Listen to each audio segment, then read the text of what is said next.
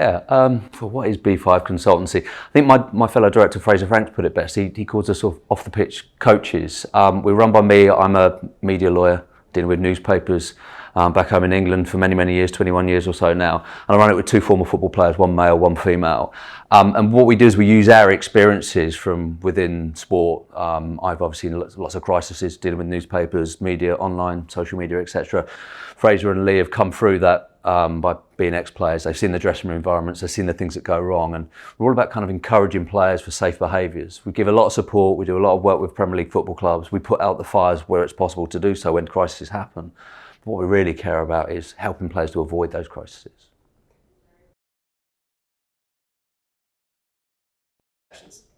Crikey, it'd be quite difficult to pick out the most important thing. We kind of break it down into sort of 5 categories really. But ultimately, if you were to put a sort of cloak over all of them, it's about those kind of safe behaviours, not taking huge risks. You've got to take risks in life because you've got to enjoy your life, but not taking those huge risks online.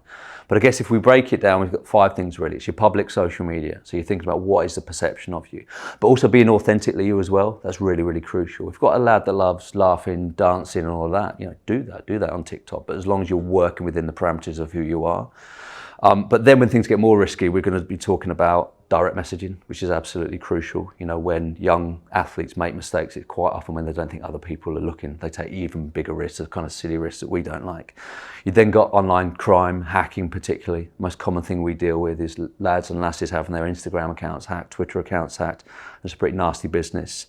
We then got the stuff that will make the boys giggle. We are going to talk about sex. I'm going to be a 44-year-old man talking to young boys about sex, and obviously Leigh, who's so influential in telling her story, making herself vulnerable, and talk about that. But then the final thing, isn't it, is a bit overarching, is talking about how our smartphones, how social media makes us feel, because it is incredibly overwhelming. Sport's overwhelming. These boys are going to have really high highs. Some of them have already had really high highs in their careers, and they're going to have low lows. You know, even if they end up retiring an Ireland legend at the age of 35, you know, even that point is a low. You know, when you can't play rugby anymore, injuries, being out of form, not being in the team, those things are really difficult to deal with. And then you put that in the social media sphere. We're all addicted to our smartphones. We're all addicted to social media.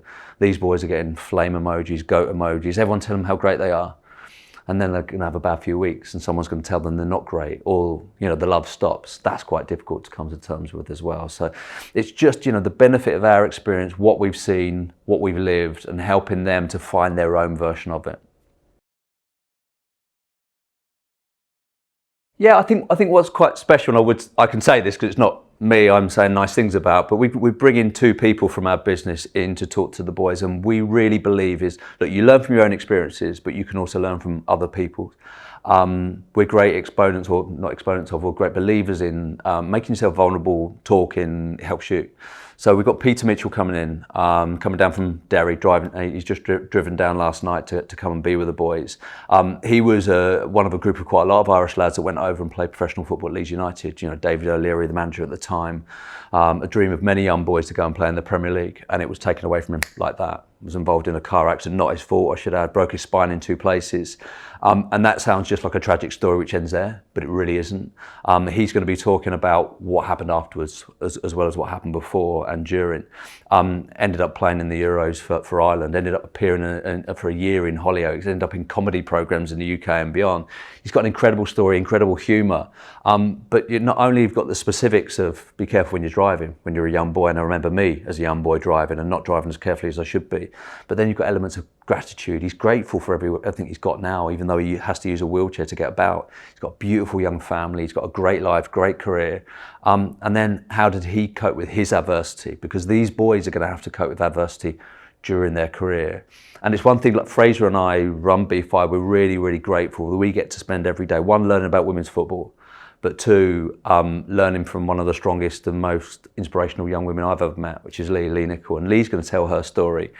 And she's going to be talking about some of the most serious issues that face young people, forget athletes, young people nowadays. She had her iCloud hacked, and an intimate video of her and a partner leaked online.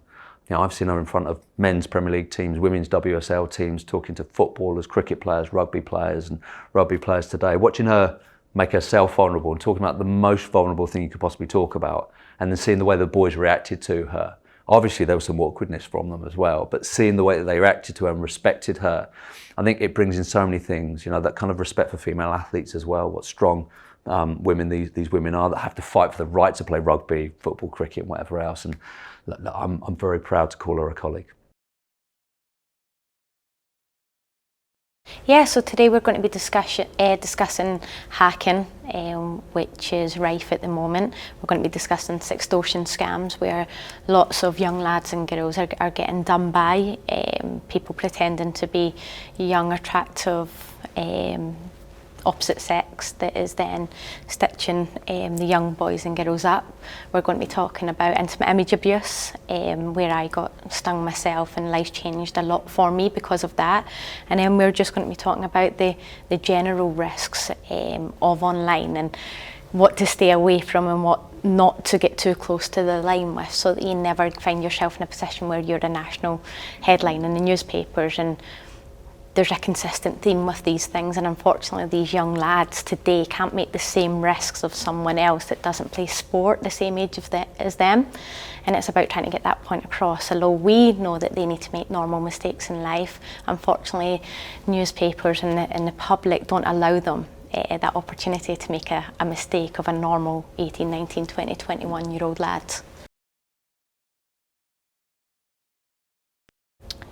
Two things for me is anyone at any point can be subject to online abuse.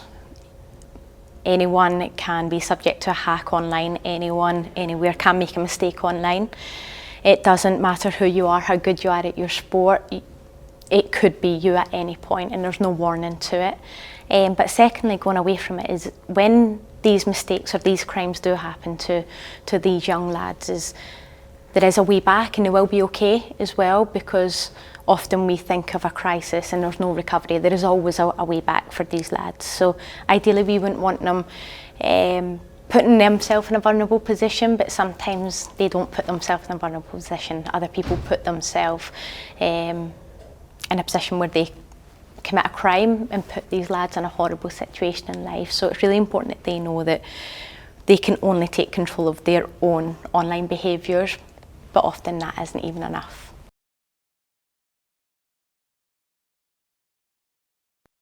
It's crazy for me because my accident was 2002, so it's 21 years ago, and I remember it just like yesterday, honestly. I remember that weekend, I remember my last training session, I remember the drive home from training, I remember getting in the car the next day, I remember everything about the accident. So it's still very fresh for me, and you know, I go into the boys and you know, they're in a bubble. You're in a bubble. I experienced it myself with Leeds. Obviously, at Leeds, we all lived in the academy. It was a brotherhood. We were all together all the time. And so, when I first go in, they obviously don't know my history, and I feel it's very relatable because they're young athletes, and that's what I was, and that's why I like doing these talks with young footballers, young rugby players, athletes, because I can relate to them. And when you're in that position at that age, you think you're unbreakable. You're 17, you're 18, you're 19, you're unbreakable, and you just think, I'm going to be a rugby player, I'm going to be a footballer, and it doesn't work out like that. It just does not work out like that. You know, the percentages of kids that make it, it's probably less than 1%, which is scary. And I'm not here to scare them. Far from it, I'm not here to scare them, but I think with myself, I almost want them to make the most of the opportunity. To go out there, you train every day like it's your last training session, and your matches, you play like it's your last match, you give it your all, and the most important thing for me is you have no regrets, because as an athlete, you're only ever one injury away. You can go out and train and you twist your knee the wrong way and your career's over. It's scary, and people don't realise that. People outside of sport, they don't realise just how lucky you need to be to get to the heights you want to get to. And so I want the lads just to make the most of their opportunity. This is it. Because obviously it's, you know, there's injuries involved in sport, and a young kid could be out for 2, 3, 4 months, and he is going to be vulnerable. He is going to be missing it. And does he want to talk about it? Does he hide away? You know, for myself, I broke my ankle at Leeds, and I was out for 4 months, and I came back, and a few weeks later I had a double hernia, And I can remember being told I needed surgery, and I cried like a baby. I was 17, and it was only a hernia, but it was the fact I was injured again. But I was lucky enough, like I said, we all lived together. And I can remember my two best mates hugging me and consoling me, and me crying in our bedroom. And we were 17, we were kids.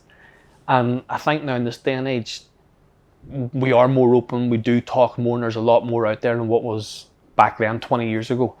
But of course, you know, it's part of the game. There's going to be injuries, but you know, these young lads now, there's a lot more support out there for them, isn't there?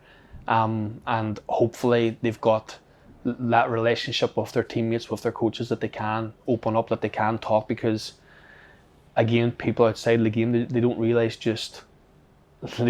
how close you are to injury, how close you are to just losing it all. But again, I'm not here to scare, but it's sport, isn't it? It's sport. You need an incredible amount of luck to get to where you want to get to.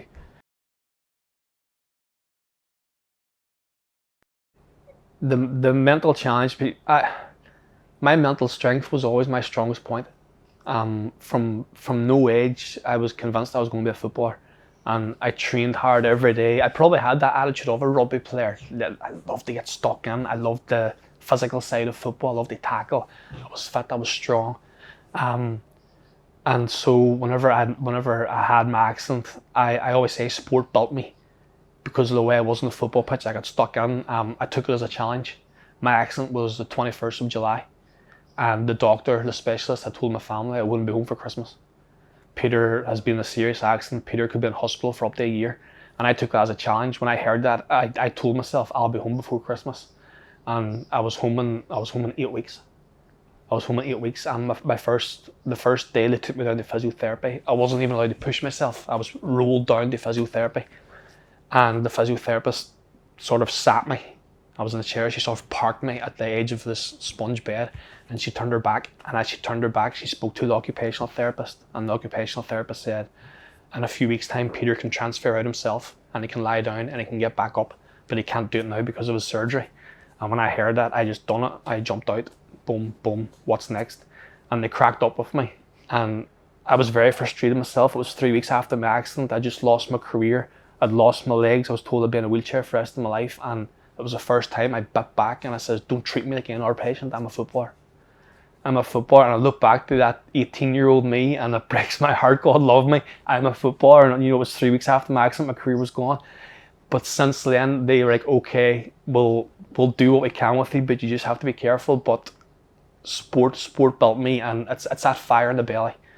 I do these talks now, and I always mention the fire in the belly. I believe, you know, talent can only get you so far.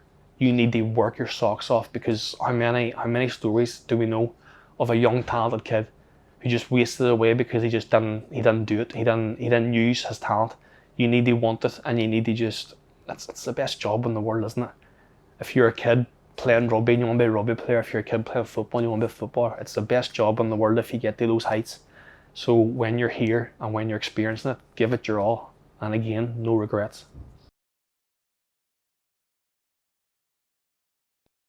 That's a tricky one for me, because I was just that. I had tunnel vision. I was convinced I'm a footballer. I was at Leeds United. I can remember I was told, you know, I had Gary Kelly in front of me. Gary Kelly was Ireland's right back. He was at the World Cup in 2002 with Ireland. Danny Mills was playing for England at right back. Gary Neville was injured, so I had these two boys at Leeds United ahead of me. But I can remember looking at the two of them and thinking, I'm going to catch you. That was my attitude. I'm going to catch you. And I was convinced. I had that tunnel vision. I just wanted to be a footballer. And yeah, like I says, obviously it doesn't work out, and that's obviously part of what I can deliver to is there's life after football. There's life after rugby, because, like you said, I thought my life was over. I was 18 and I was told you're going to be in a wheelchair for the rest of your life. I thought my life was over, and I didn't know what I was going to do. I didn't work in school. I wasn't interested in education. I just wanted to be a footballer. I would get home at 3:30 and the clothes would be off, the tracksuit would be on. I'd be kicking a ball in the street. I'd be training at night. Honestly, it was just football. And you know, a year later I was allowed to play sport again, and I just turned straight into sport again. It was wheelchair basketball, and again it was that aggressive game. I could get stuck in. I had a lot of frustration. as you could imagine, a lot of frustration. And I got rid of it through sport once again. But of course, the boys have to, I think it's different now, isn't it? There's people coming in, there's people speaking to them, and they're doing maybe different courses, and they're being advised a lot better than what we were back then. But of course, if that's one of the things I'd like for them to take away from my talk is, there's life after sport as well, because, I didn't know what was going to happen to me. I was a young boy, I was 18.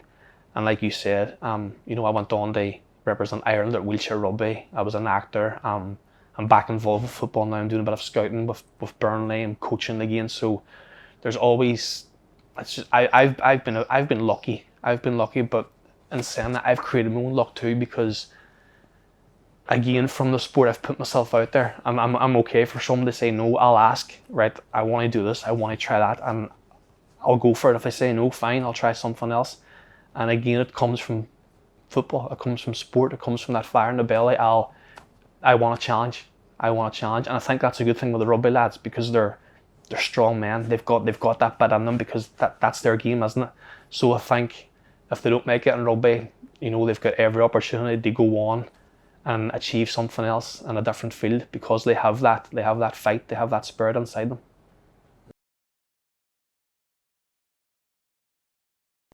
Yeah, that's it. It's so easily done. I'm down here today, and a young girl's just been buried in Derry. They were in a car crash. She's just been buried today. Her husband's in a coma, and the other young lad walked away without a scratch. 3 different people in the same car, and how do you, it's just potluck, and it's that split second. People don't realise. I have a good friend who's a fireman, and he always says when you're driving, people don't realise you're operating heavy machinery. And it just takes, if you go to turn the radio, if you put your head down to grab your phone, you take your eye off the road, and it's just that split second. And I always say you're not responsible for yourself and other people in the car. You're responsible for everyone.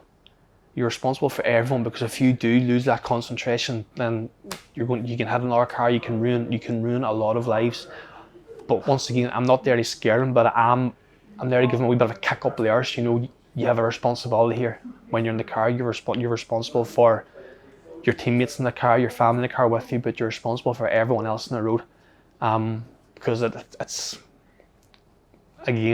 so easily done. It's so easily done. And our driver, he was very foolish. He pulled out, and when he went to get back in, he hit the side of the road. So there was no other car involved. That was just a silly young lad trying to show off in front of his mates. And like you said, all young men do it. They get behind a car, they drive too fast, they show off, they're pumping the music, they're messing about, and you just can't do that. You just can't do that. And hopefully when they see me and when they hear my story, they'll realise a wee bit. It might slow them down a wee bit. It might wise them up a bit. They might think when they get in the car, oh, my seatbelt's not on. Oh, I need to slow down a wee bit here, because again, I'm proof that it's easily done. It's easily done.